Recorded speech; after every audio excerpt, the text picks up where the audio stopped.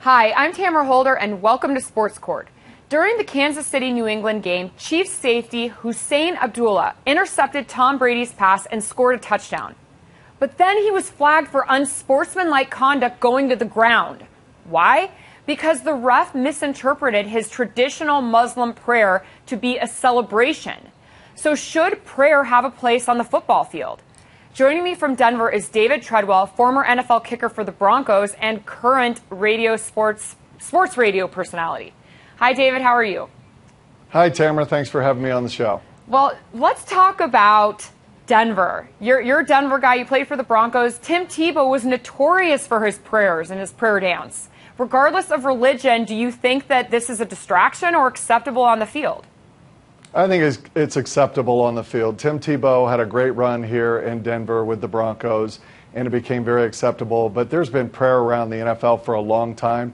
It wouldn't be so public and pronounced as it was with Tim. He made it popular. But most often after But you're not games, answering the question. Is it a distraction?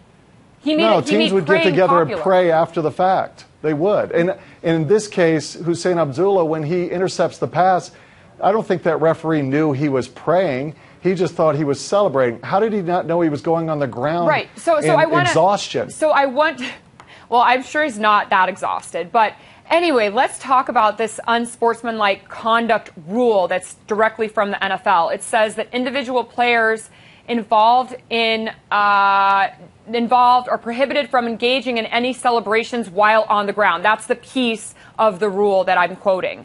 So here's this ref who's throwing this flag. Now, I want to go to a tweet. NFL expert Mike Pierre actually tweeted last year about this rule, and he said, quote, "You're not penalized for going to the ground to give praise after a touchdown." So is this some miscommunication? The ref didn't know? It possibly could be. There's some subject to interpretation left there. But I think the NFL, even back in my day in the 80s and the 90s, we thought NFL stood for no fun league. You got to have some fun. There's got to be some excitement around the game when you score a touchdown.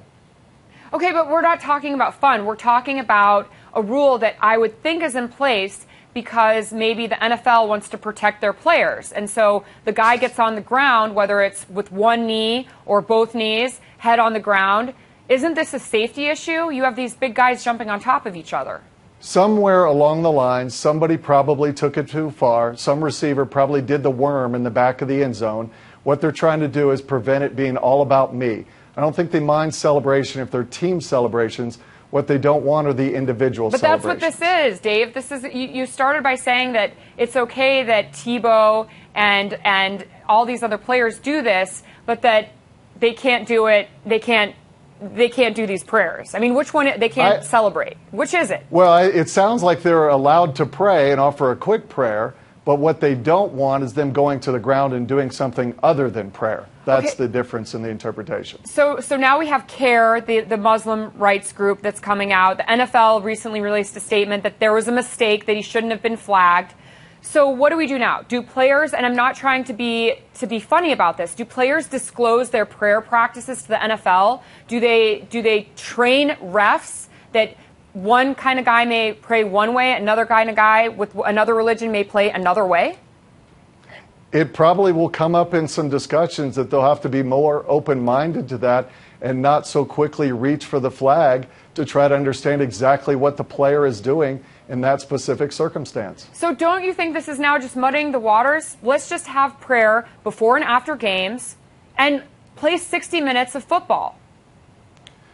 True, but you see players always, a lot of times they'll point to the sky like they're pointing to God because they made a great play. Is that something that they're going to outlaw as well?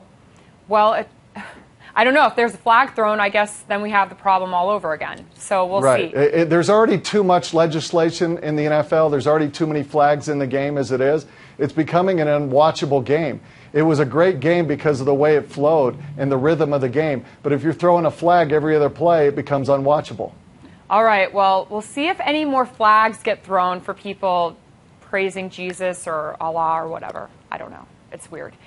Anyway, thank you for joining me. And I want you all to follow David on Twitter. He's very active, at Kicking Bronco. And I'm on Twitter, at Tamara Holder. Thank you for joining us. Sports Court is adjourned.